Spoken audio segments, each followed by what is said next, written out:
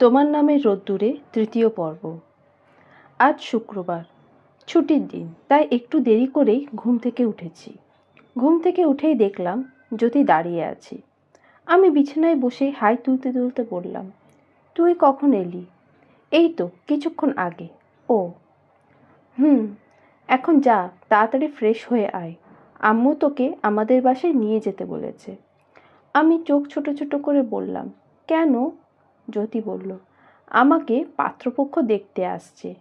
জ্যোতির কথার আমি মৃদু চিৎকার দিয়ে বলে উঠলাম, মানে কি? জ্যোতি বলল, মানে কিছু না, তোর মন ভালো না, তাই তোকে নিতে এসেছি। ঋতুও আসছে আমাদের বাসায়। পড়াশোনা তো সবসময় করি, অনেক দিন 3 বান্ধবী মিলে আড্ডা দেইনি। আজকে সবাই মিলে আড্ডা দেব, দেখবি তোর মন ভালো হয়ে যাবে। আমি হাসলাম, বললাম, তোরা এত ভাবিস কেন আমার জন্য বলতো? জ্যোতি আমাকে জড়িয়ে বলল, কারণ তুই আমার বেস্টু। রেস্টুরেন্টের পাশাপাশি চেয়ারে বসে আছি আমি আর রাফিদ ভাইয়া। জ্যোতিকেও আমার সাথে করে নিয়ে এসেছিলাম, বাট ওর একজন কাজিনের সাথে দেখা হয়ে গেছে, তাই জ্যোতি সেই কাজিনের সাথে কথা বলতে গেছে। রাফিদ ভাইয়া সে কখন থেকে বলার চেষ্টা করছেন, বাট এখনও বলে উঠতে পারেননি। আমি কোল্ড ড্রিঙ্কসে চুমুক দিতে দিতে বললাম, বেয়াই সাহেব কী বলবেন বলেন। আমার কথায় রাফিদ ভাই একটু নড়ে চড়ে বসলো, তারপর আমার দিকে তাকিয়ে আমতা আমতা করে বলল, কথাটা কি করে যে বলবো ঠিক বুঝে উঠতে পারছি না। আপনি কিছু মাইন্ড করবেন না তো?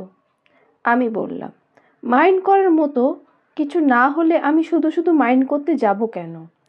রাফিদ ভাইয়া বাচ্চাদের মতো করে বলল, তাহলে বলি। হ্যাঁ বলুন। অন্তি, আমি আপনাকে। রাফিদ ভাইয়ার কথাটা শেষ না হতেই পেছন থেকে কেউ একজন বলে উঠলেন, বউ, তুমি এখানে এসে বসে আছো আর আমি তোমাকে সারা শপিং মল খুঁজে বেড়াচ্ছি। বললেই তো পারতে শাড়িটা তোমার পছন্দ হয়েছে, আমি কি কিনতে মানা করতাম নাকি? তা না, তুমি রাগ করে এখানে এসে বসে আছো। জানো তোমাকে খুঁজে না পেয়ে আমি কত ভয় পেয়েছিলাম। বাচ্চা মানুষ যদি হারিয়ে যেতে আমার কি হতো? পেছন থেকে খুব পরিচিত কারোর কণ্ঠস্বর কর্ণকুহর হইতেই পেছন ফিরে তাকালাম আমি। দেখি প্যান্টের পকেটে 2 হাত ঢুকিয়ে ঠোঁটে একটা টেডি স্মাইল ঝুলিয়ে ঈশান ভাইয়া দাঁড়িয়ে আছে। আমি নিজের অবাকনেস কাটিয়ে কিছু বলতে যাব তার আগেই রাফিদ ভাইয়া বলে উঠল, ঈশান তুই? ঈশান ভাইয়া ঠোঁট দুটো প্রশস্ত করে হ্যাঁ সূচক মাথা নাড়ালো। রাফিদ ভাইয়া বলল, বউ বললি? তোর বউকে নিয়ে এসেছিস নাকি? আজকে কিন্তু ভাবির সাথে মিট করাতেই হবে। রেহানের বিয়ের দিন কত বললাম, বাট তুই মিট করালি না। অবশ্যই মিট করাবো। ঈশান ভাইয়া আমার দিকে এগিয়ে যাচ্ছে, এসে রাফিদ ভাইয়ার দিকে তাকিয়ে হাসি মুখে বলল, মিট মাই সুইট ওয়াইফ অন্তি। আর অন্তি, রাফিদকে তো তুমি চেনোই, রেহানের কাজিন প্লাস ফ্রেন্ড। আমরা একসাথেই হোস্টেলে থাকতাম। রেহান আমার 2 বছরের বড় ছিল, কিন্তু রাফিদ আর আমি সেম ক্লাসে পড়তাম। অন্তি তোর বউ মানে? ও তো ঐশী ভাবির কাজিন। তার মানে তো তোরও কাজিন। কাজিন হলে কি বউ হতে পারে না নাকি? জানিসই তো আমাদের বিয়েটা হুট করে হয়ে গেছে। ঈশান ভাইয়ার কথা শুনে রাফিদ ভাইয়া এবার আমার দিকে তাকিয়ে মন খারাপ করে বলল, অন্তি আপনি ম্যারিড? আমি কিছু বলতে যাব তার আগেই পাশ থেকে ঈশান ভাইয়া বলে উঠল, ম্যারিড। আর শুধু ম্যারিডই না, তোর বন্ধুর একমাত্র বউ। রাফিদ ভাইয়া অসহায়ের মতো আমার দিকে তাকিয়ে আছে। আমি হতভম্ব নয়নে ঈশান ভাইয়ার দিকে তাকিয়ে আছি। বুঝতে পারছি না হঠাৎ করে ঈশান ভাইয়া আবার কি হলো। অরিন আপুর শোকে আবার পাগল টাগল হয়ে গেল না তো? আমার ভাবনার মাঝেই ঈশান ভাইয়া আবার বলে উঠল, আজ তাহলে আমরা আসি বন্ধু, আমার বাচ্চা বউটা রাগ করেছে, এখন তার রাগ ভাঙাতে হবে। কথাটা বলে ঈশান ভাইয়া আমাকে টেনে নিয়ে যেতে লাগলেন। কয়েক সেকেন্ড পর ঘটনাটা বুঝতেই আমি ঈশান ভাইয়ার থেকে নিজের হাতটা ছাড়িয়ে নেওয়ার জন্য মোচড়ামুচড়ি শুরু করে দিলাম, কিন্তু ঈশান ভাই আমার হাত ছাড়ার বদলে আরও শক্ত করে ধরে রেস্টুরেন্ট থেকে নিয়ে চলে এলেন। রেস্টুরেন্টের বাইরে এসে আমার হাতটা ছেড়ে দিতেই আমি ঈশান ভাইয়ের দিকে তাকিয়ে ঝাঁঝালো গলায় বললাম, তোমার সমস্যা কি বলো তো? আমার আবার কি সমস্যা? কেন, কোনো সমস্যা নেই, তাহলে এভাবে আমার পিছু পড়ে আছো কেন? আর তুমি রাফিদ ভাইয়াকে মিথ্যা বললে কেন? কি মিথ্যা বলেছি? আমি তোমার সাথে শাড়ি কেনা নিয়ে রাগ করেছি? শাড়ি কেনা নিয়ে রাগ করিসনি, বাট রাগ তো করেছিস। চল বাসায় ফিরে যাই। বলছি তো যাব না। ওকে, আমার বলার কথা বললাম, এখন তোর ইচ্ছা।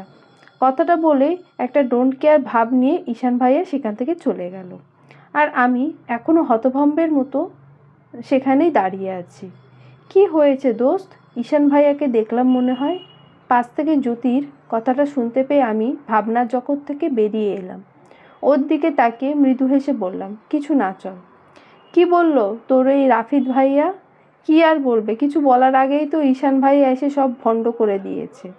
জ্যোতি অবাকতা মিশ্রিত কণ্ঠে বলল, ঈশান ভাইয়া আবার কি করেছে? অরিনাপুর শোকে পাগল হয়ে গেছে উনি। রাত্রিবেলা পড়ার টেবিল ছেড়ে জানলার গ্রিলে মাথা ঠেকিয়ে চুপচাপ দাঁড়িয়ে আছি। আকাশে আজ ফিনিক্স তারার মেলা। অর্ধবৃত্তের মতো সুন্দর একটা চাঁদ উঠেছে। জানলার পর্দা গলে মৃদুমন্দ বাতাস বইছে। বাগান থেকে বেলি ফুলের ঘ্রাণ আসছে। বেলি ফুল বরাবরই আমার খুব পছন্দের, কিন্তু ঈশান ভাইয়ার বেলি ফুলের ঘ্রাণ একদম সহ্য করতে পারে না। আসলে আমার সব পছন্দই তার অপছন্দের। আমি মানুষটাই যে তার খুব অপছন্দের। ছোটবেলা থেকেই ঈশান ভাইয়ার অবহেলা আমায় তাড়া করে বেড়াচ্ছে। ছোটবেলায় কাজিনদের আড্ডায় ঈশান ভাইয়া কখনো আমায় নিত না। বলতো, তুই ছোট মানুষ, তুই দূরে থাক। অরিন আপু যেহেতু ঈশান ভাইয়ার ফুফুতো বোন, তাই কোনো অকেশনে আমরা যখন ঈশান ভাইয়াদের বাসায় যেতাম অরিন আপুরাও আসতো। আমার কোনো জিনিস অরিন আপুর পছন্দ থাকলে ঈশান ভাইয়া সেটা ছিনিয়ে নিয়ে অরিন আপুকে দিয়ে দিত।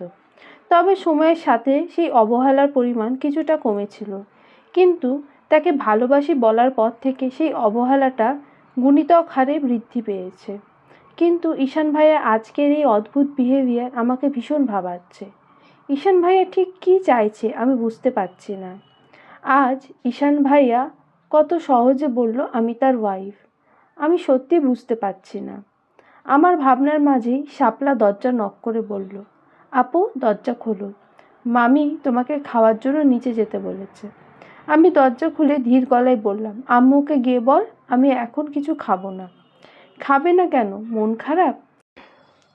শাপলার কথায় আমি হঠাৎ করেই রেগে বললাম, এত প্রশ্ন করিস কেন? তোকে এখান থেকে যেতে বলেছি, যা। আমার কথায় হয়তো শাপলা একটু কষ্ট পেল। তার উচ্ছল মুখটা মুহূর্তেই কেমন মিয়ে গেল। সে মাথা নিচু করে মৃদু কণ্ঠে বলল, সরি আপু। আমি কিছু বললাম না।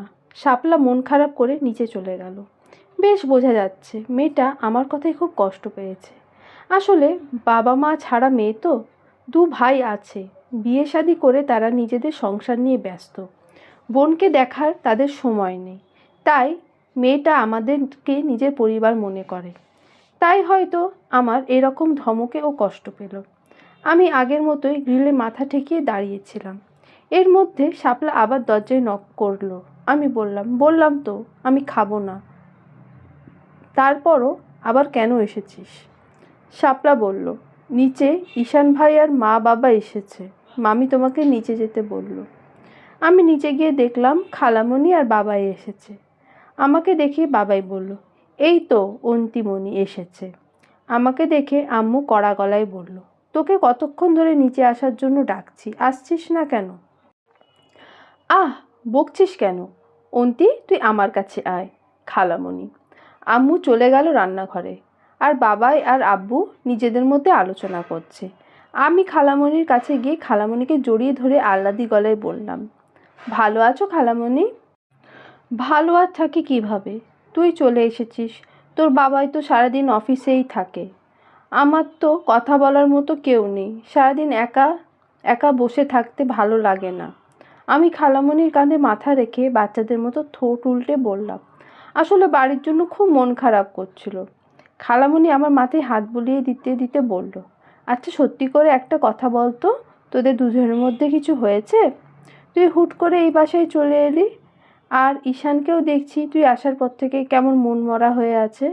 না ঠিক মতো কথা বলছে, না ঠিক মতো খাওয়া দাওয়া করছে। তোদের মধ্যে কি হয়েছে বল তো? আমি বললাম, তুমি শুধু শুধু চিন্তা করছো, আমাদের মধ্যে কিছু হয়নি। ঈশান ভাইয়া, মানে ঈশানের সাথে তো একটু আগেও আমার ফোনে কথা হলো, আমাদের মধ্যে কিছু হয়নি। আসলে ও একটু অফিসের কাজে ব্যস্ত আছে তো, তাই হয়তো। ও হয়তো। তোদের এখনকার জেনারেশনের ছেলে মেয়েদের মতিগতি আমি কিছু বুঝি না। কাজের চাপ থাকলে খাওয়া দাওয়া বাদ দিতে হবে। আমি মুচকি হেসে বললাম, ঈশান ভাইয়া তো এই রকমই। তা তুই আমাদের সাথে আজকে বাসায় ফিরে যাবি তো? আমি বললাম, কিছুদিন এ বাসায় থাকি না, অনেক দিন তো তোমাদের বাসায় থাকলাম। আমার কথায় খালামণি ধমকের সুরে বলল, আমাদের বাসা কি? হ্যাঁ, ওটা তোরও বাসা।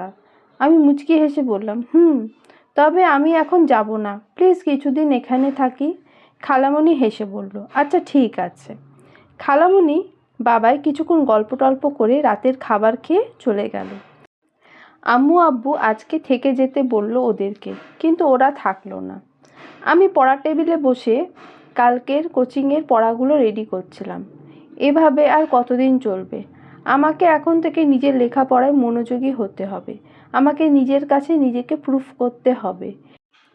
এতদিন লাইফের কোনো হাল ধরিনি। জীবন আমাকে যেদিকে নিয়ে চলেছে আমিও সেই দিকেই চলেছি। কিন্তু আর না, এবার থেকে আমি আমার লাইফটাকে কন্ট্রোল করব। সবাইকে দেখিয়ে দেব, চাইলে আমিও সব কিছু করতে পারি। আমার ভাবনার মাঝে আমার ফোনটা বেজে উঠল। ফোনের স্ক্রিনে তাকিয়ে দেখলাম কালো পাঞ্জাবি পরিহিত ঈশান ভাইয়ার ছবি। আমি ফোনটা রিসিভ না করে রেখে দিলাম, কিন্তু ঈশান ভাইয়া লাগাতার ফোন দেওয়ার কারণে আমি এক প্রকার অসহ্য হয়ে ফোনটা রিসিভ করলাম। বারবার ফোন করে ডিস্টার্ব করছো কেন? আম্মু আব্বু তোকে নিতে গেল, তুই এলি না কেন? কেন যাব আমি? কেন যাবি মানে? তুই আমাদের বাসায় আর আসবি না? আমি রাগ প্লাস বিরক্তি মিশ্রিত কণ্ঠে বললাম, বলছি তো আমি আর তোমাদের বাসায় যাব না, তারপরও বারবার ফোন করে কেন বিরক্ত করছো? আমার কথা ঈশান ভাইয়া ক্ষীণ গলা বলল, আমি ফোন করলে তুই বিরক্ত হোস? অবশ্যই বিরক্ত হই। সো প্লিজ দয়া করে আমাকে আর ফোন করে ডিস্টার্ব করবে না। কথাটা বলেই আমি ফোনটা কেটে দিলাম। ঈশান ভাইয়া আবার ফোন দিচ্ছে, তাই এবার আমি ফোনটা সুইচ অফ করে দিলাম। ঈশান ভাইয়ার ব্যবহারে আমি সত্যিই খুব কনফিউজড। উনি আসলে কি চাইছেন? অরিন আপু তো তার সাথে ব্রেকআপ করে আমেরিকা চলে গেছে। কোথায় সে তার শোকে কাতর থাকবে, তা না সে আমার পেছনে পড়ে আছে। ব্যাপারটা সত্যি খুব ভাবাচ্ছে আমায়। আমি আর বেশি কিছু ভাবলাম না, কারণ এসব ভাবলে আমি আর লেখাপড়ায় মনোযোগী হতে পারবো না। I have to prove myself. সময়ের স্রোতে গা ভাসিয়ে সমগ্র পৃথিবীর মতো আমিও ছুটে চলেছি অবলীলায়। প্রায় 2 সপ্তাহ হয়ে গেছে আমি ঈশান ভাইয়াদের বাসা থেকে চলে এসেছি। ঈশান ভাইয়া সেদিনের পর আর আমাকে ফোন করেনি। হয়তো অরিন আপুর সাথে প্যাচ আপ হয়ে গেছে। খালামণির সাথে প্রতিদিনই আমার ফোনে কথা হয়। খালামণি আমাকে বাসায় ফিরে যেতে বলে। আমাকে ছাড়া নাকি বাসাটা খুব ফাঁকা ফাঁকা লাগে। বাবাইও নাকি তাই বলে। আমি খালামণিকে বলেছি একেবারে পরীক্ষা শেষ হলে আমি এখান থেকে যাব। জানি যদিও আর কখনো ফেরা হবে না, তবুও অসুস্থ মানুষটাকে একটু হাসি খুশি দেখতে ভালো লাগে। সবাই যখন আমার আর ঈশান ভাইয়ার এমন সম্পর্কের কথা জানবে, জানি না তখন তারা বিষয়টা কিভাবে নেবে। একদিকে খালামণি অসুস্থ, অন্যদিকে আব্বুও হার্টের রোগী। তার একমাত্র মেয়ে এমন দাম্পত্য জীবনের কথা জানলে আদৌ তিনি সেটা সহ্য করতে পারবেন কি না কে জানে। তবুও সবাইকে তো সবটা জানতেই হবে। ভেবেছি পরীক্ষাটা শেষ হয়ে গেলেই সবাইকে সব কিছু বলে দেব, আর ঈশান ভাইয়াকেও এই দোদুল্যমান অবস্থা থেকে চিরদিনের মতো মুক্তি দিয়ে দেব। বিকেলবেলা ছাদে বসে একটা কমিক বই পড়ছিলাম। সারাক্ষণ হে হে করা এই আমিটাকে আজ একটু হাসার জন্য কমিক বই পড়তে হয়। আমার ভাবনার মাঝেই হঠাৎ করে আমার ফোনটা বেজে উঠল। আমি ফোনের স্ক্রিনে তাকিয়ে দেখলাম একটা আননোন নাম্বার। এই আননোন নাম্বার থেকে গত কয়েকদিন ধরে ফোন আসছে। আমি রিসিভ করে হ্যালো বলতেই ফোনের ওপাশে থাকা ব্যক্তিটা ফোনটা কেটে দেয়। প্রতিদিন ফোন করে একরকম করার মানে কি আমি বুঝতে পারি না। একদিন ফোন রিসিভ করে কোনো কথা না বলে 1 ঘন্টা রেখে দিয়েছিলাম, বাট ফোনের ওপাশের লোকটা ফোন কাটেনি। যেই আমি বলেছি হ্যালো, কে আপনি, একটু পর ওপাশ থেকে টু টু আওয়াজ ভেসে এলো। সেদিন আমি নিশ্চিত হয়েছি যে লোকটা শুধু আমার কণ্ঠ শোনার জন্যই প্রতিদিন ফোন করে। কিন্তু এই ব্যক্তিটা কে হতে পারে সেটা তো বুঝতে পারছি না। আমার ভাবনার মাঝেই ফোন বেজে বেজে কেটে গেল। আমি ফোনটা পাশ থেকে নিয়ে বসা থেকে উঠে যাব, এর মাঝে আবার ফোনটা বেজে উঠল। আমি কয়েক সেকেন্ড ফোনের স্ক্রিনে তাকিয়ে থেকে কি ভেবে যেন ফোনটা রিসিভ করলাম। হ্যালো, কে বলছেন? ওপাশ থেকে কোনো রেসপন্স নেই। আমি খানিকটা রাগী কণ্ঠে বললাম, কি হলো, কোনো কথা বলছেন না কেন? প্রতিদিন ফোন করে এভাবে চুপ করে থাকার কি মানে? তবুও কোনো রেসপন্স নেই। ডিসগাস্টিং। আমি রাগ করে ফোনটা কেটে দিতে যাব, এর মাঝে একটা পরিচিত কণ্ঠ আমার কানের কাছে বেজে উঠল। তুই নাকি আমাকে ভালোবাসিস? তাহলে আমার নিস্তব্ধতা কেন তুই উপলব্ধি করতে পারিস না? ভালোবাসার মানুষের উচ্ছলতাই কি শুধু উপলব্ধি করতে পারিস? তার খিলখিল হাসির আওয়াজই শুধু তোর কানে বাজে? তার পেছনে লুকিয়ে থাকা দুঃখটা তুই দেখতে পারিস না? তার প্রতিটি নিঃশ্বাসের শব্দে কি তোর হৃদয় তোলপাড় অনুভূতি হয় না? আমি কিন্তু তার প্রতিটি হৃদস্পন্দন উপলব্ধি করতে পারছি।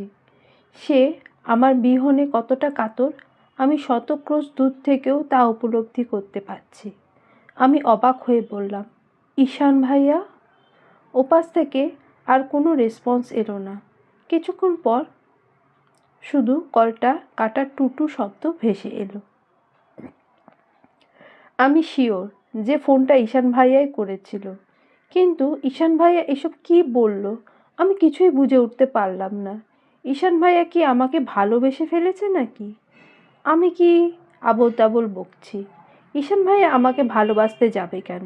ঈশান ভাইয়া তো অরিন আপুকে ভালোবাসে। আজ কোচিংয়ে আসার সময় কলেজের গেটের সামনে ঈশান ভাইয়াকে দাঁড়িয়ে থাকতে দেখে আমি খুব অবাক হলাম। আজ 15 দিন পরে ঈশান ভাইয়াকে দেখলাম। মানুষটাকে আজ একদম অন্যরকম লাগছে। কেমন অগাছালো পোশাক পরিচ্ছদ, মুখটা একদম শুকিয়ে গেছে, চুলগুলো উস্কো খুস্কো দক্ষিণা বাতাসের তালে উড়ছে, চোখ দুটো লাল হয়ে আছে। মনে হয় অনেক রাত ধরে সে ঠিকমতো ঘুমোয় না। আমি রিক্সা থেকে নেমে তাকে দেখেও না দেখার ভান করে পাশ কাটিয়ে চলে যাচ্ছিলাম। ঈশান ভাইয়া ডেকে উঠল, অন্তি। আমি তার ডাককে উপেক্ষা করে চলে যেতে নিলেই ঈশান ভাইয়া পেছন থেকে আমার হাত ধরে ফেলল। আমি তার দিকে তাকিয়ে মিশ্র সুরে বললাম, কি করছো ঈশান ভাইয়া? হাত ছাড়ো, এটা পাবলিক প্লেস। ঈশান ভাইয়া বলল, আমার কথা না শুনলে হাত ছাড়বো না। আমি রাগ আর বিরক্তি মিশ্রিত কণ্ঠে বললাম, কি বলবে তুমি? হ্যাঁ? আমার রাগী কণ্ঠের প্রতিউত্তরে ঈশান ভাইয়া অতি স্বাভাবিক গলায় বলল, বাসায় চল। বলেছি তো যাব না, তারপরেও কেন বিরক্ত করছো? ঈশান ভাইয়া হঠাৎ অনুতাপের সুরে বলে উঠল, প্লিজ অন্তি, এমন করিস না। দেখ, আমি তো তোকে সরি বলছি। হ্যাঁ, এতদিন ধরে আমি তোকে ভুল বুঝে তোর সাথে অনেক অন্যায় করেছি, বাট কথা দিচ্ছি এই ভুলের আর রিপিটেশন হবে না। প্লিজ বুঝতে চেষ্টা কর। I need just you. আমি ঈশান ভাইয়ার থেকে নিজের হাত ছাড়িয়ে নিয়ে তাচ্ছিল্যের স্বরে বলে উঠলাম, ইয়া মিস্টার ঈশান, এখন তো আপনার আমাকেই লাগবে। আপনার গার্লফ্রেন্ড চলে গেছে তো এখন না হয় বউকে দিয়ে আপাতত কাজ চালিয়ে নেবেন। আপনাদের মতো কাপুরুষদের আমার খুব ভালো করেই চেনা আছে। আপনাদের নারীর সঙ্গ ছাড়া একদমই চলে না, তাই না? এতদিন ঘরে বউ রেখে বাইরে গার্লফ্রেন্ডের সাথে ফুর্তি করে বেরিয়েছেন, এখন গার্লফ্রেন্ড চলে গেছে তাই আবার বউয়ের পিছু নিয়েছেন। সত্যি আপনার কোনো তুলনা হয় না। আমার মাঝে মাঝে ভাবতেই গর্বে বুক ফুলে ওঠে আমি এই রকম একজন মানুষের বউ। একটা কথা কান খুলে শুনে রাখো, আই জাস্ট হেট ইউ ঈশান ভাইয়া, আই জাস্ট হেট ইউ। তোমার এইসব ন্যাকামিগুলো আমার কাছে একদম অসহ্য লাগছে। তো যা ইচ্ছা বলতে পারিস, কিন্তু তোকে আমার সাথে যেতেই হবে ঈশান ভাইয়া। কি করবে তুমি? কি করব? ঈশান ভাইয়া হঠাৎ রাস্তার মাঝখানে গিয়ে দাঁড়িয়ে পড়লো। আমি তার দিকে তাকিয়ে হাসলাম। কি চাইল্ডিশ পাগলামি করছো, বাংলা সিনেমা টাইপ। তুই যদি আমার সাথে না আসিস তাহলে আমি সারাদিন এখানে দাঁড়িয়ে থাকবো। এইসব পাগলামির কোনো মানে হয় না ঈশান ভাইয়া। আমি এত কিছু জানি না। তুই আমার কথা না শোনা পর্যন্ত আমি এখানেই দাঁড়িয়ে থাকবো। ওকে, তোমার ইচ্ছা হলে থাকো, আমি গেলাম। এই বলে আমি সেখান থেকে চলে এলাম। কোচিং শেষে বাসায় ফেরার সময় ঈশান ভাইয়াকে কোথাও দেখতে পেলাম না। আমি মনে মনে হাসলাম। উনি নাকি আমার জন্য সারাদিন এখানে দাঁড়িয়ে থাকবে। 2 ঘন্টা হতে না হতেই চলে গেছে। বিকেলবেলা পড়ার টেবিলে বসে খুব মনোযোগ দিয়ে ফিজিক্সের ম্যাথ সলভ করছিলাম। এমন সময় হন্তদন্ত পায়ে শাপলা আমার রুমে প্রবেশ করলো। তাকে দেখে আমি বললাম, কি হয়েছে শাপলা, তুই এমন কাঁপছিস কেন? শাপলা কাঁপা কাঁপা গলায় বলল, ঈশান ভাইয়া অ্যাক্সিডেন্ট করেছে। ঈশান ভাইয়া অ্যাক্সিডেন্ট করেছে? কথাটা কর্ণকুহরে হতেই আমার পৃথিবীটা একদম কেঁপে উঠল। হাতে থাকা কলমটা খসে পড়ল ফ্লোরে। ঈশান ভাইয়ার অ্যাক্সিডেন্ট মানে? কিভাবে অ্যাক্সিডেন্ট করলো? কাঁপা কাঁপা গলায়। জানি না, এইমাত্র ঈশান ভাইয়ার বাবা ফোন করেছিল, বলল ঈশান ভাইয়ার অ্যাক্সিডেন্ট করেছে, এখন ওনাকে হাসপাতালে নেওয়া হয়েছে। আমি চেয়ার ছেড়ে উঠে দাঁড়ালাম। পরনে যা কিছু আছে তাই পরেই হাসপাতালে ছুটে এসেছি। আমার সাথে আব্বু, আম্মু, শাপলাও এসেছে। ঈশান ভাইয়ার কেবিনের সামনে বসে খালামণি নিঃশব্দে চোখে পানি ফেলছে।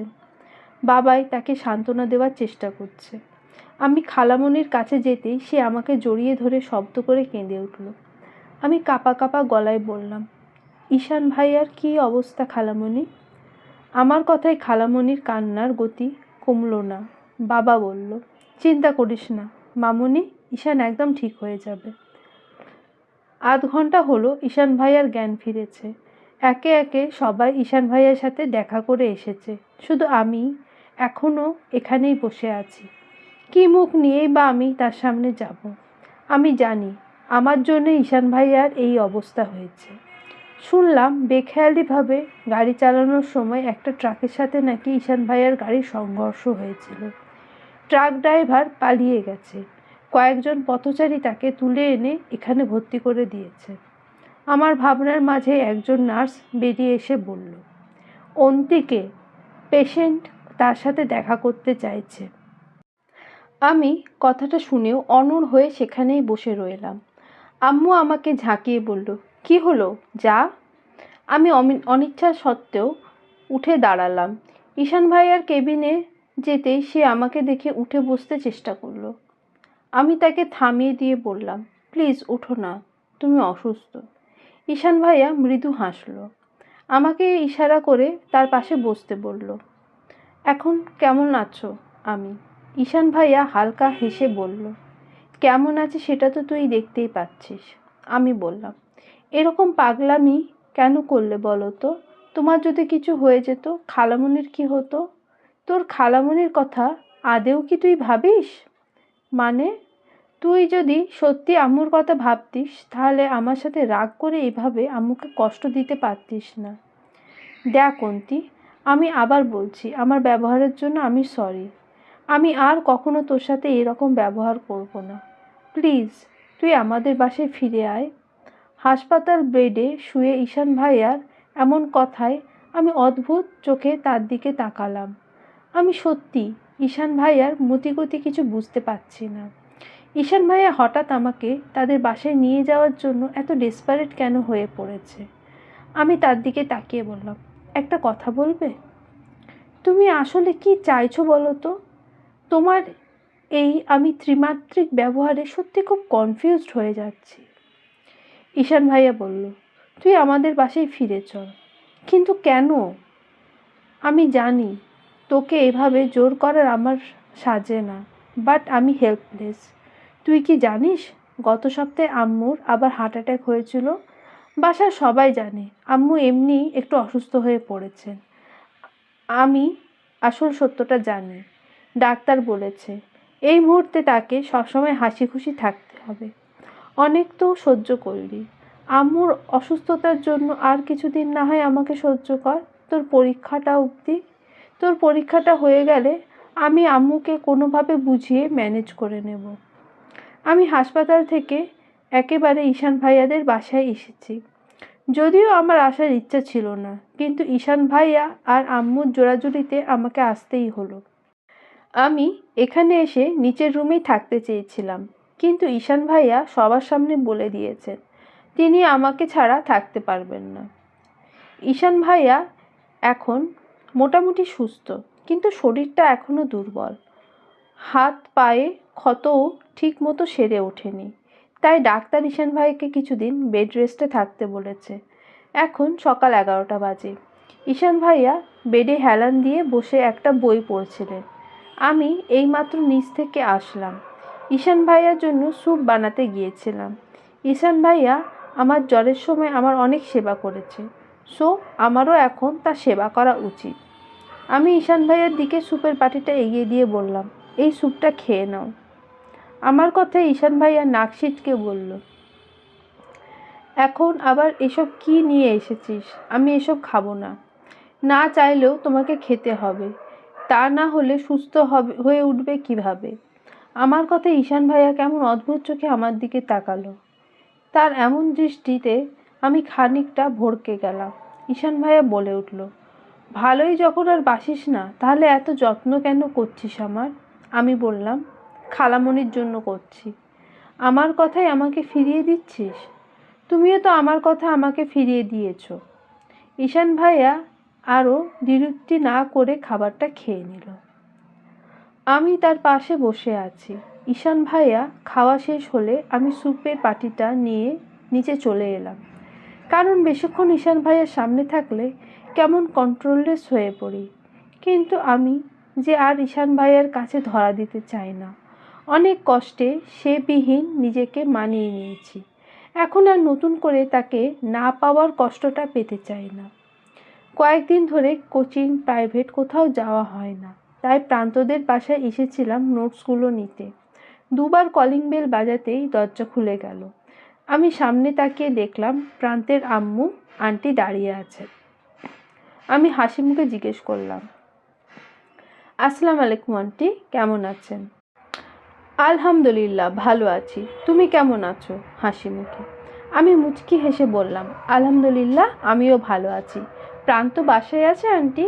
হ্যাঁ, ও তো ওর রুমেই। পড়াশোনা কিছু করে না, সারাক্ষণ মোবাইলের মধ্যে ঢুকে বসে থাকে। আল্লাহই জানে পরীক্ষায় কী রেজাল্ট করবে। আমি হাসলাম। আন্টি বলল, ঈশানের কি অবস্থা? এখন কেমন? একবার দেখতেও যেতে পারলাম না। দেখ না, একা মানুষ, বাসার কাজেই ব্যস্ত থাকি। আমি বললাম, ঈশান ভাই, একটুকু বলতেই ঈশান ভাইয়া আমার জামাই, সেটা মনে পড়ে গেল। আমি হাসি দিয়ে ব্যাপারটা ম্যানেজ করার চেষ্টা করে বললাম, ঈশান এখন মোটামুটি সুস্থ আছে। ও আচ্ছা, প্রান্ত ওর রুমেই আছে, তুই যা। আমি মুচকি হেসে প্রান্তের রুমের দিকে গেলাম। প্রান্ত রুমের দরজার সামনে এসে উঁকি মেরে দেখলাম আমার বন্ধু কানে হেডফোন লাগিয়ে মাথা দুলাচ্ছে। আমি দরজার জোরে নক করে বললাম, আসবো? প্রান্ত কান থেকে হেডফোন খুলে বলল, হ্যাঁ আয়। আমি মুচকি হেসে ভেতরে ঢুকলাম। প্রান্ত বলল, হঠাৎ আমাদের বাসায় তোর আগমন? আজকাল জামাইরে ছাড়া তো নড়তেই চাস না।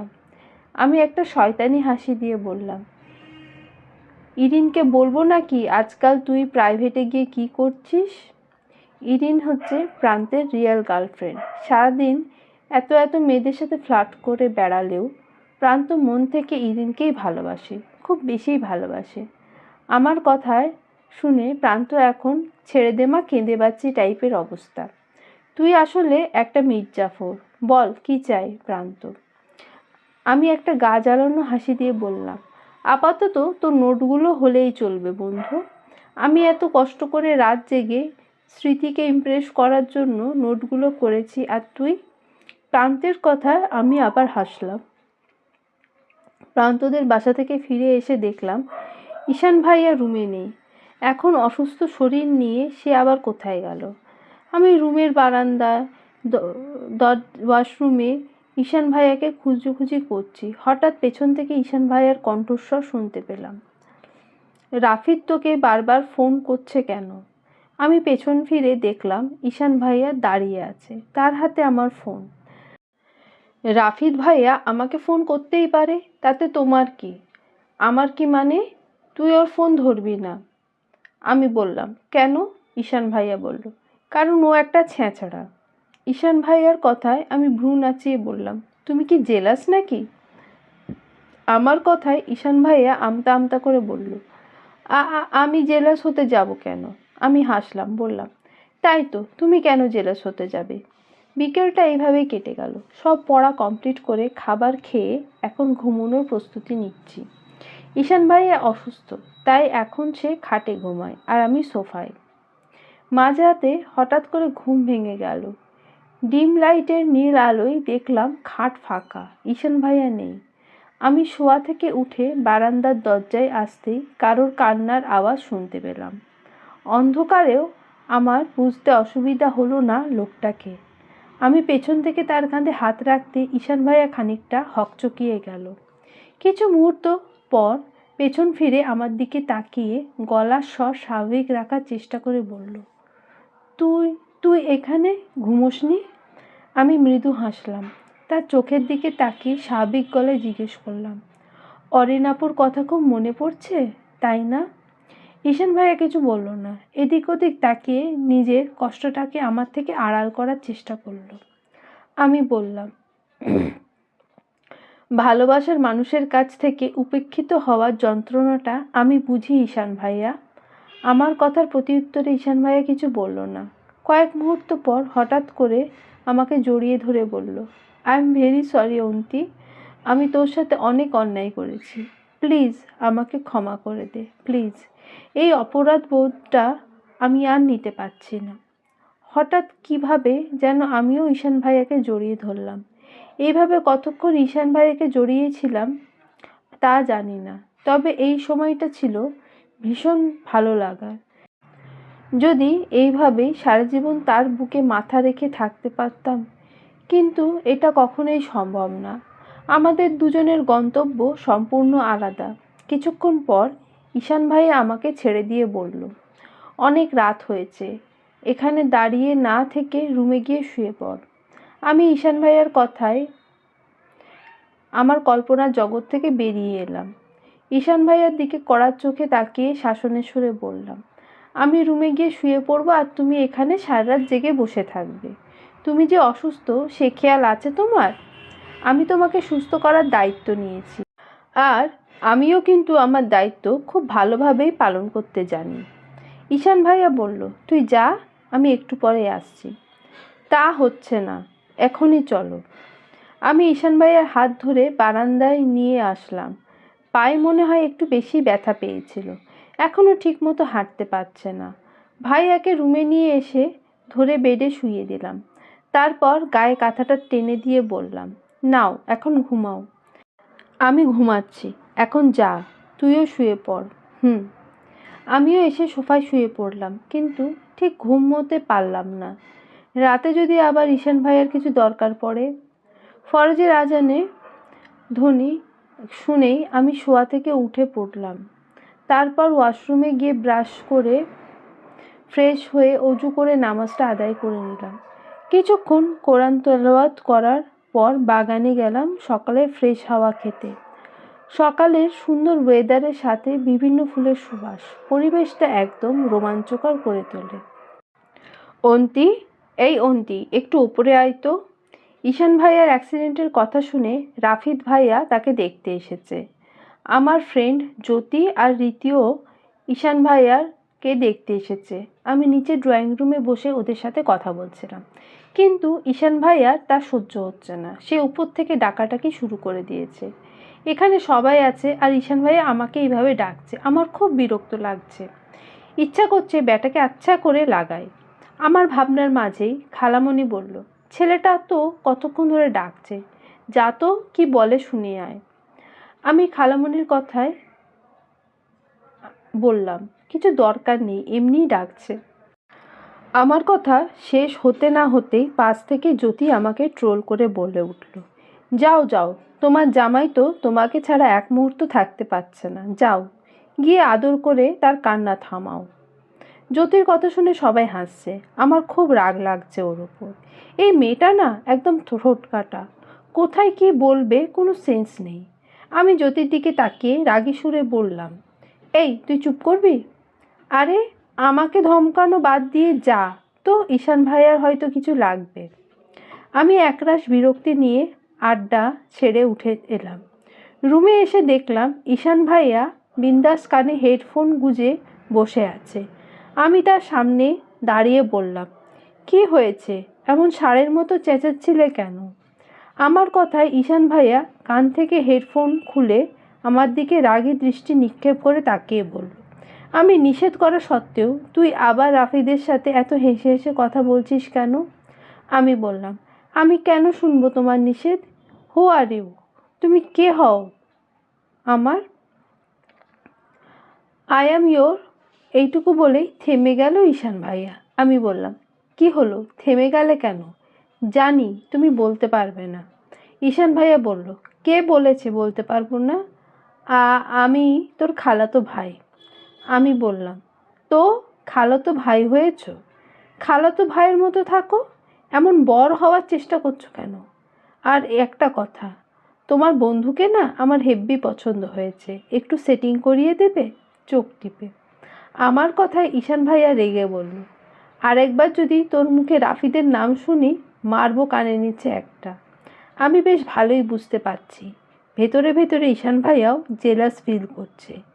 তাই তার এই জেলাসি ভাবটাকে আরেকটু বাড়িয়ে দেওয়ার জন্য আমি উদাসী কণ্ঠে বলে উঠলাম, তুমি তো আমাকে ভালোবাসো না, তাহলে আমি রাফিদ ভাইয়ার সাথে প্রেম করি আর আলভি ভাইয়ার সাথে করি, তাতে তোমার কি?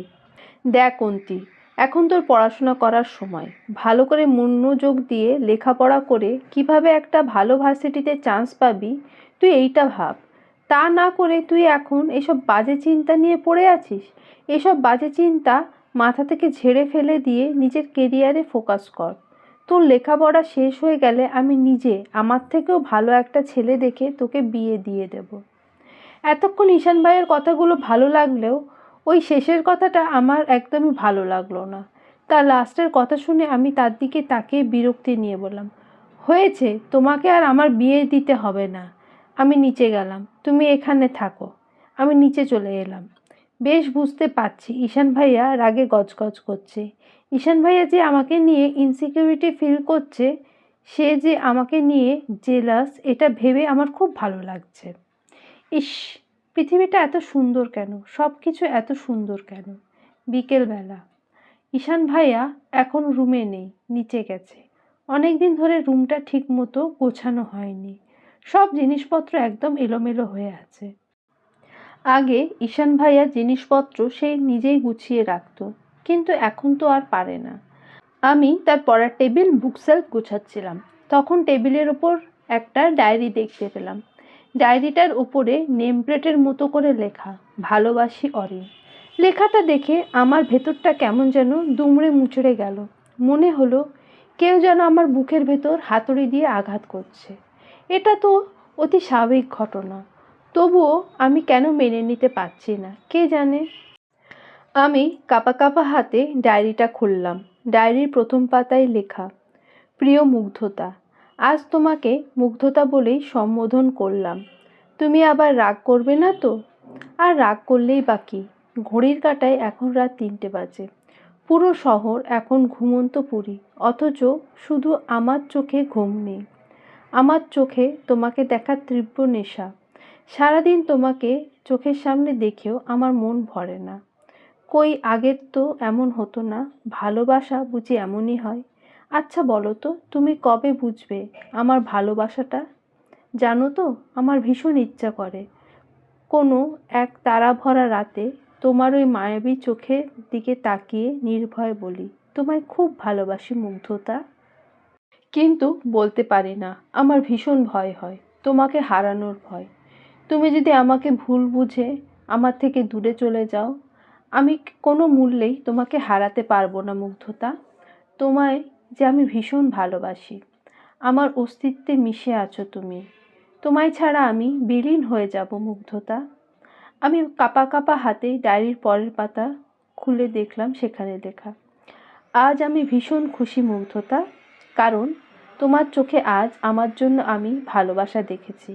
আমার মতো তোমার চোখেও আমাকে হারানোর ভয় দেখেছি।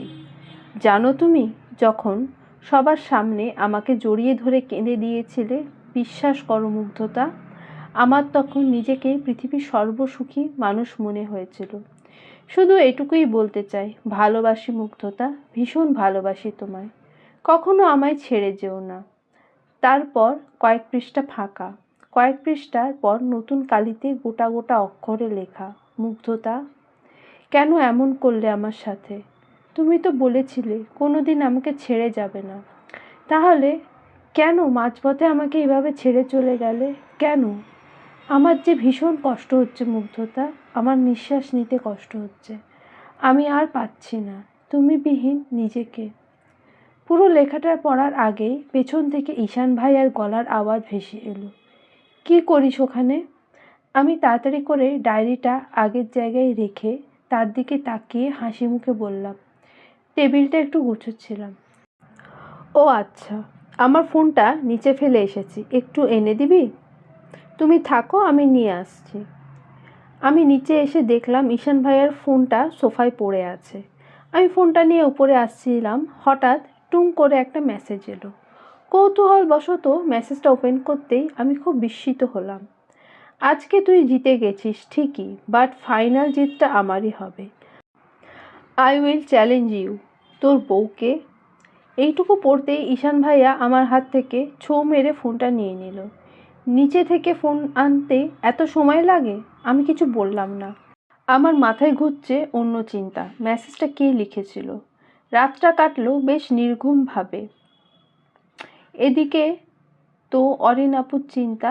অরিন আপু হঠাৎ এভাবে চলে যাওয়াটা আমার কাছে খুব রহস্যময় লাগছে। তার উপর ওই মেসেজটা।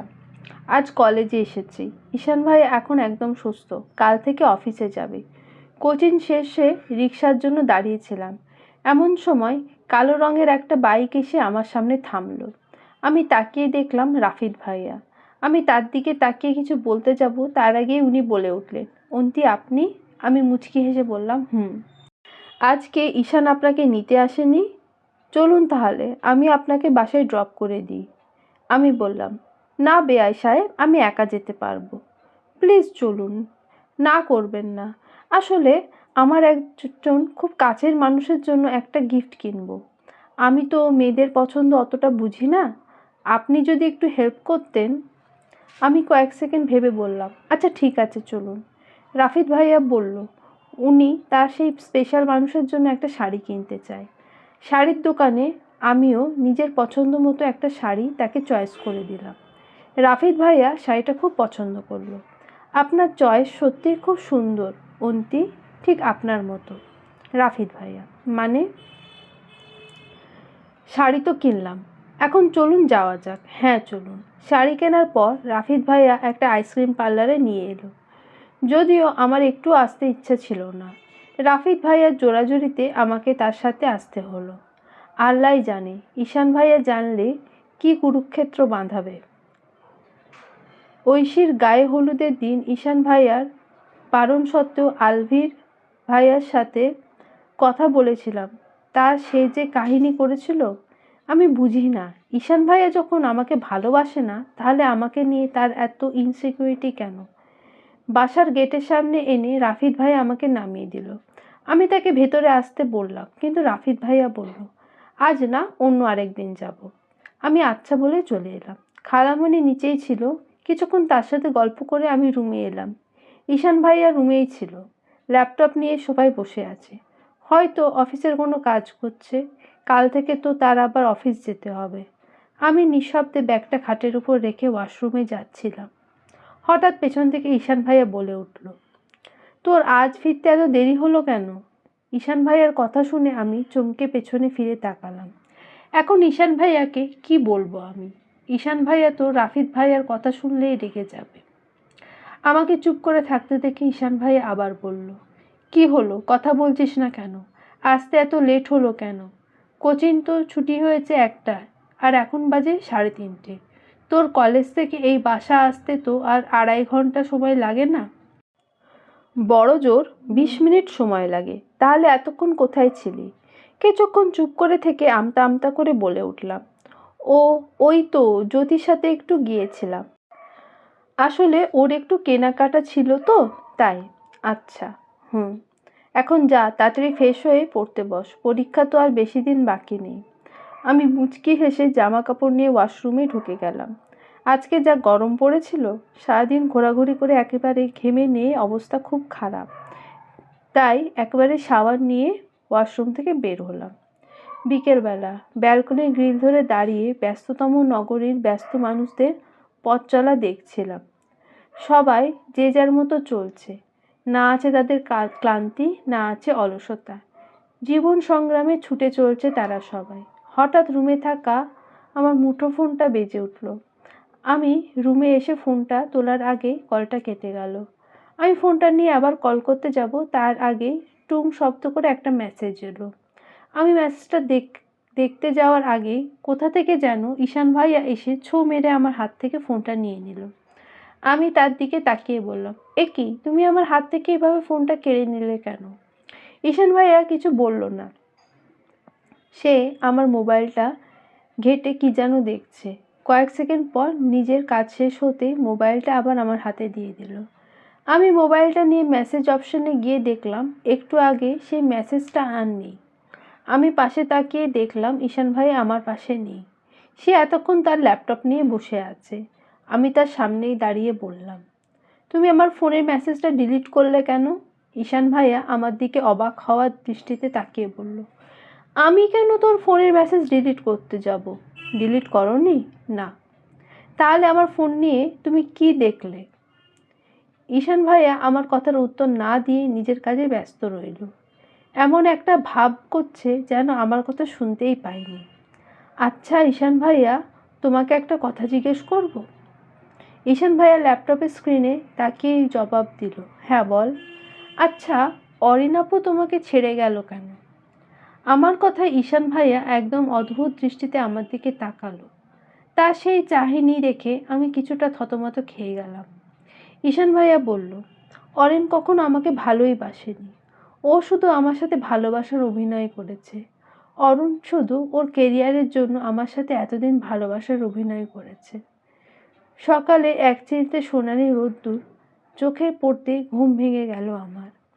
দেওয়াল ঘড়ির দিকে তাকিয়ে দেখলাম 8:30 বাজে। এত বেলা হয়ে গেছে তবুও ঈশান ভাই আমাকে ডেকে দেয়নি। আমি একটু অবাক হলাম। আজ রাতে একটা দারুণ স্বপ্ন দেখেছি। আমি আড়মোনা ভেঙে বিছানায় উঠে ওয়াশরুমের দিকে পা বাড়ালাম। তারপর ফ্রেশ হয়ে এসে দেখলাম ঈশান ভাই অফিসে যাওয়ার জন্য রেডি হচ্ছে। আজ এত তাড়াতাড়ি রেডি হচ্ছ? আমি, তাহলে কি করব? তোর মতো সারাদিন পড়ে ঘুমোবো নাকি? এতদিন অফিসে যাইনি, অনেক কাজ পেন্ডিং আছে, এখন অফিসে গিয়ে সেগুলো করতে হবে। তোর আমার সাথে যাওয়ার ইচ্ছে থাকলে তুই তাড়াতাড়ি রেডি হয়ে আয়, না আর না ইচ্ছা থাকলে আমি চলে গেলাম। এই বলে ঈশান ভাই নিচে চলে গেল। আমিও তাড়াতাড়ি রেডি হয়ে নিচে নামলাম। ব্রেকফাস্ট করে আমি ঈশান ভাইয়ার সাথে কলেজে আসলাম। ক্লাস শেষে কলেজের গেটে সামনে আসতেই দেখলাম ঈশান ভাইয়া আগে থেকেই গাড়ি নিয়ে আমার জন্য অপেক্ষা করছে। আমি জ্যোতিদের থেকে বিদায় নিয়ে ঈশান ভাইয়ার পাশের সিটে বসতেই সে গাড়ি স্টার্ট দিল। সিট বেল্ট লাগানোর সময় ঈশান ভাইয়ার দিকে চোখ পড়তে আমি থমকে গেলাম। ফর্মাল গেট আপে তাকে অনেক সুন্দর লাগছে। আমি হাঁ হয়ে তার দিকে তাকিয়েছিলাম।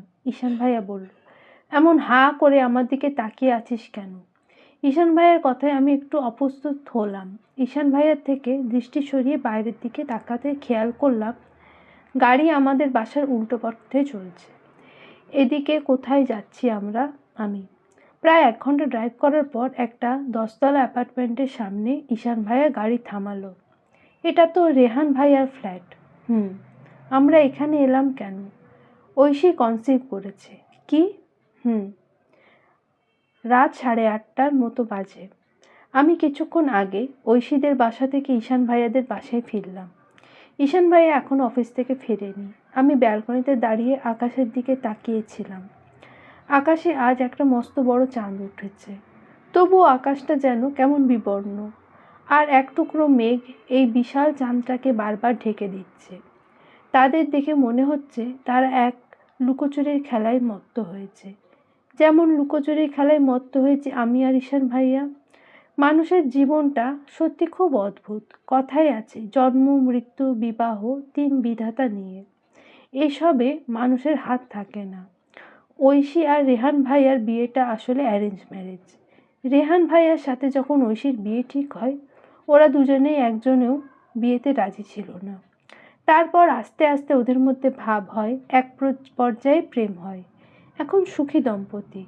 আজ বাবা হওয়ার আনন্দে রেহান ভাইয়া কতটা খুশি ছিল। আসলে পিতৃত্বের মাঝে একটা আলাদা অনুভূতি আছে, আর স্বামী সুখও সবার কপালে জোটে না। ছোটবেলায় ভাবতাম বড় হয়ে আমি একা থাকবো, আমি যাকে ভালোবাসবো সে অন্য কারোর মায়ায় আবদ্ধ থাকবে। ছোটবেলার সেই খেলার ছলের ভাবনাগুলো যে আমার জীবনের সাথে এভাবে মিলে যাবে ভাবতে পারিনি। আমার ভাবনার জগৎকে কম্পিত করে পেছন থেকে হঠাৎ কেউ আমার কাঁধে হাত রাখলো। পেছন দিকে না তাকিয়েও আমার বুঝতে অসুবিধে হলো না লোকটা কে। এই তারা ভরা রাতের স্নিগ্ধ বাতাসে একটা সুন্দর সুবাস ছড়িয়ে আছে। আমি পেছন ফিরে তাকালাম। ঈশান ভাই আমার দিকে তাকিয়ে মৃদু কণ্ঠে জিজ্ঞেস করলো, এখানে দাঁড়িয়ে আছিস কেন? এমনি রাতের আকাশ দেখছিলাম। ঐশীদের বাসা থেকে কখন ফিরেছিস?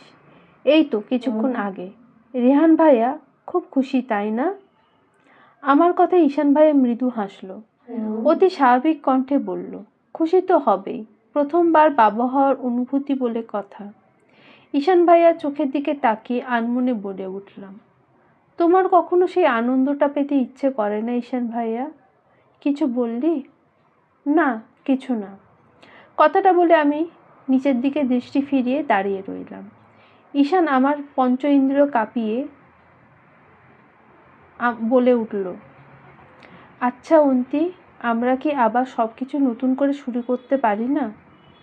আমি চোখ তুলে ঈশান ভাইয়ের দিকে তাকালাম। আমার সেই চাহনির অর্থ বুঝতে পেরেই হয়তো ঈশান ভাইয়া বলল, আমি জানি আমি তোকে অনেক কষ্ট দিয়েছি, কিন্তু আমারই বা কি করার ছিল বল? জানি তুই এখনো আমাকে আগের মতোই ভালোবাসিস। আমি জানি না আমি তোকে কখনো ভালোবাসতে পারবো কি না, তবে কথা দিচ্ছি কখনো তোকে ছেড়ে যাব না। আমি ঈশান ভাইয়ের কথার প্রত্যুত্তরে কিছু না বলেই সেখান থেকে চলে এলাম। পেছন দিকে না তাকিয়েও বুঝতে পারছি ঈশান ভাইয়া আমার দিকেই তাকিয়ে আছেন। আজ সকালটা হলো একটু অন্যরকম, অদ্ভুত সুন্দর। নিত্যদিনের মতো ঈশান ভাইয়া আমাকে ভোর 5:30টার সময় জাগিয়ে তুলেছে। তারপর নামাজ, কোরআন শরীফ পড়ে আমাকে একগাদা ম্যাথ সলভ করতে দিয়ে কোথায় যেন চলে গেছে। তবে মজার ব্যাপার হচ্ছে আজকে সব অঙ্ক কেমন জানি খুব সহজে মিলে যাচ্ছে। টানা 2 ঘন্টা ম্যাথ সলভ করার পর পড়ার টেবিল থেকে উঠলাম। তারপর শাওয়ার নিয়ে কলেজের জন্য রেডি হয়ে নিলাম। আজকে একটু তাড়াতাড়ি যেতে হবে, কয়েকদিন পর আমাদের বিদায় অনুষ্ঠান। এসবেরই অনেক কাজ আছে। কলেজে আসার সময় ঈশান ভাইয়া আমাকে ড্রপ করে দিল। ছুটির পর ঈশান ভাইয়া আমাকে নিতে এসেছে। আমি কলেজে থেকে বেরিয়ে দেখি রাস্তার ওপাশে ঈশান ভাইয়ের গাড়ি পার্ক করা। আমি তাকে দেখে রাস্তার ওই পাশে যাচ্ছিলাম। তখন অন্য পাশ থেকে একটা ট্রাক আমার দিকে ধেয়ে আসছিল, কিন্তু আমি সেটা খেয়াল করিনি। আর যখন খেয়াল করলাম তখন আর কিছু করার ছিল না। ভাবলাম এখনই বুঝি জীবনটা শেষ। কিন্তু কেউ একজন এসে আমাকে হ্যাঁচকা টেনে রাস্তা থেকে সরিয়ে নিল। তাকিয়ে দেখলাম ঈশান ভাইয়া। আমি ঈশান ভাইয়ার দিকে তাকাতেই সে রাগী গলায় বলল, এভাবে কেউ রাস্তা পার হয়? যদি আজকে তোর কিছু হয়ে যেত তাহলে? আমি তাচ্ছিল্যের স্বরে বললাম, কি আর হতো, তোমার ঘাট থেকে একটা আপদ নেমে যেত, আর তুমি চিরদিনের মতো আমার থেকে মুক্তি পেয়ে যেতে। কথাটা বলার সাথে সাথে আমার গালে একটা চড় পড়ল। আশেপাশের মানুষ আমাদেরকে দেখছিল। আমি গালে হাত দিয়ে অবাক চোখে ঈশান ভাইয়ার দিকে তাকালাম। ঈশান ভাইয়া অন্যদিকে ফিরে বলল, বাসায় চল। গাড়িতে দুজন পাশাপাশি বসে আছি, অথচ কারোর মুখে কোনো কথা নেই। ঈশান ভাইয়ের ওপর ভীষণ রাগ হচ্ছে আমার। এমন একটা পাবলিক প্লেসে সে আমার গায়ে হাত না তুললেও পারত। আমি মনে মনে ভেবে নিয়েছি ঈশান ভাইয়ের সাথে আর কথাই বলবো না। বাসায় আসতেই খালামণি বলল, কিরে অন্তি, মন খারাপ করে আছে কেন? ঈশান ভাইয়া খানিকটা ঝাঁঝালো গলায় বলল, কি জানি, সেটা তোমার মেয়েকেই জিজ্ঞেস করো। এবার খালামণি আমার দিকে তাকিয়ে মিষ্টি হেসে বলল, কি হয়েছে, ঈশান কিছু বলেছে? আমি খালামণির কথায় আমার মৃদু হাসলাম। বললাম, তেমন কিছু না খালামণি, আমি যাই ফ্রেশ হয়ে নিই। এই বলে উপরে চলে আসলাম। ঈশান ভাইয়া বাসায় এসেছিল নিজের ল্যাপটপ নিতে। সে রুমে এসে নিজের মতো তার ল্যাপটপ নিয়ে আবার চলে গেল। এর মধ্যে আমাদের দুজনের আর কোনো কথা হলো না। এখন শীতের মাঝামাঝি সময়, তবুও আকাশ জুড়ে কালো মেঘেরা অবলীলায় রাজত্ব করে চলেছে। মনে হচ্ছে আজ খুব বৃষ্টি হবে। আমি ছাদের এক কোণায় দাঁড়িয়ে আছি ভেবে যে বৃষ্টি হবে। অবশ্য এই সময় এখানে দাঁড়িয়ে থাকার আরেকটা কারণও আছে। মূলত সেটাই আসল কারণ। সত্যি বলতে আমি ঈশান ভাইয়ের সাথে রাগ করেই ছাদে এসে বসেছি। কিন্তু সে এখন আমার অভিমান বুঝলে হয়। আমার ভাবনার মাঝেই একটা বাজখাই গলার আওয়াজ আমার কানে এসে পড়ল, এই ভরসন্ধ্যায় বেলায় এখানে দাঁড়িয়ে আছিস কেন, নিচে চল। ঈশান ভাইয়ার কথায় আমি কোনো উত্তর করলাম না। স্থির হয়ে আগের জায়গাতে দাঁড়িয়ে রইলাম। ঈশান ভাইয়া আমার কাছে এসে বলল, এই তোদের মেয়েদের কি সমস্যা বলতো? একটু কিছু বললে এত রাগ করিস কেন? ঈশান ভাইয়ের কথায় আমি তার দিকে তাকিয়ে গাল ফুলিয়ে বললাম, তুমি আমায় সবার সামনে ওভাবে চড় মারলে কেন? ঈশান ভাইয়া বেশ দৃঢ় কণ্ঠে জবাব দিল, মেরেছি, বেশ করেছি। আমি বললাম, আমি মরে গেলেই তো তোমার ভালো, তোমার ঘাড় থেকে। আমি আর কিছু বলতে পারলাম না। তার আগে ঈশান ভাইয়ার ধমক শুনে আমি চুপসে গেলাম। ঈশান ভাইয়া রাগী গলায় বলল, আর একবার মরার কথা বলবি তো আমার থেকে খারাপ কেউ হবে না। আমাকে নিয়ে এত কেন ভাবছো তুমি? ভালোবাসো আমায়? জানি না, তবে আই নিড ইউ। আমার তোকে খুব প্রয়োজন। জানিস, যখন গাড়িটা তোর দিকে আসছিল মনে হচ্ছিল কেউ যেন জোর করে আমার শ্বাস বন্ধ করে রেখেছে। বিশ্বাস কর, এমনটা অরিনের জন্য কখনো হয়নি। আমি কিছু বললাম না। ঈশান ভাইয়ার বুকে মাথা গুঁজলাম। এমন সময় আকাশ ভেঙে বৃষ্টি শুরু হলো। ঈশান ভাইয়া আমাকে ছেড়ে দিয়ে বলল, নিচে চল, বৃষ্টি নামছে। আমি বললাম, না, আজকে বৃষ্টি বিলাস করব। একদম না। কিছুদিন আগে বৃষ্টিতে ভিজে জ্বর বানিয়েছিস, মনে আছে? আবার জ্বর আসলে কি হবে? আমি ঈশান ভাইয়ার কথায় হেসে বললাম, তুমি তো আছো আমার জ্বর ভালো করার জন্য। আমি বৃষ্টিতে ভিজছি। ঈশান ভাইয়া সিঁড়ির ওখানে দাঁড়িয়ে আছে। হঠাৎ উপলব্ধি করলাম আমার পেছনে কেউ দাঁড়িয়ে আছে। ঈশান ভাইয়া আমার কপালে ঠোঁট ছোঁয়ালো। আমি আবেশে চোখ বুজে ফেললাম। বৃষ্টিস্নাত সন্ধ্যায় প্রেমিক পুরুষের বুকে মাথা রেখে নিজেকে পৃথিবীর সর্বসুখী মনে হচ্ছে। আর কতক্ষণ ভিজবি? অনেক তো হলো, এখন নিচে চল। তা না হলে আবার সত্যি সত্যি ঠান্ডা লেগে যাবে। ঈশান ভাইয়া, আমি ঠোঁট উল্টে বললাম, আর একটু ভিজি না, কিছু হবে না। আমার কথায় ঈশান ভাইয়া কড়া গলায় বলল, আর একটুও? আমি তবুও বসে রইলাম। দেখে ঈশান ভাইয়া সেদিনের মতো আজও আমাকে কোলে তুলে নিল। হঠাৎ এমন হওয়ায় আমি প্রথমে একটু ভয় পেলেও পরে ঘটনাটা বুঝতে পেরে আমিও দু হাতে ঈশান ভাইয়ার গলা জড়িয়ে ধরলাম। রুমে নিয়ে এসে একবারে ওয়াশরুমের দরজায় নামিয়ে দিয়ে ঠেলে চেঞ্জ করাতে পাঠিয়ে দিল। আমি ওয়াশরুম থেকে বেরোতে ঈশান ভাইয়া আমার হাতে এক কাপ চা ধরিয়ে দিল। অনেকক্ষণ বৃষ্টিতে ভিজেছিস, এই আদা চা খেয়ে নে, তাহলে দেখবি আর ঠান্ডা লাগবে না। আমি মুচকি হেসে ঈশান ভাইয়ার থেকে চায়ের কাপটা নিলাম। ঈশান ভাইয়া আমার হাত থেকে টাওয়েলটা নিয়ে ব্যালকনিতে মেলে দিয়ে এলো। কিছু সময়ের মধ্যে ঈশান ভাইয়ার এত পরিবর্তন আমাকে সত্যি খুব ভাবাচ্ছে। তবুও তার এই কেয়ারগুলো আমার কাছে খুব ভালো লাগছে। ক্যালেন্ডারের পাতার মতো মানুষের সুখ দুঃখগুলো চক্রাকারে পরিবর্তিত হয়। এক সময় যে ঈশান ভাইয়া আমাকে সহ্য করতে পারত না, এখন আমার একটু কিছু হলেই সে অস্থির হয়ে ওঠে।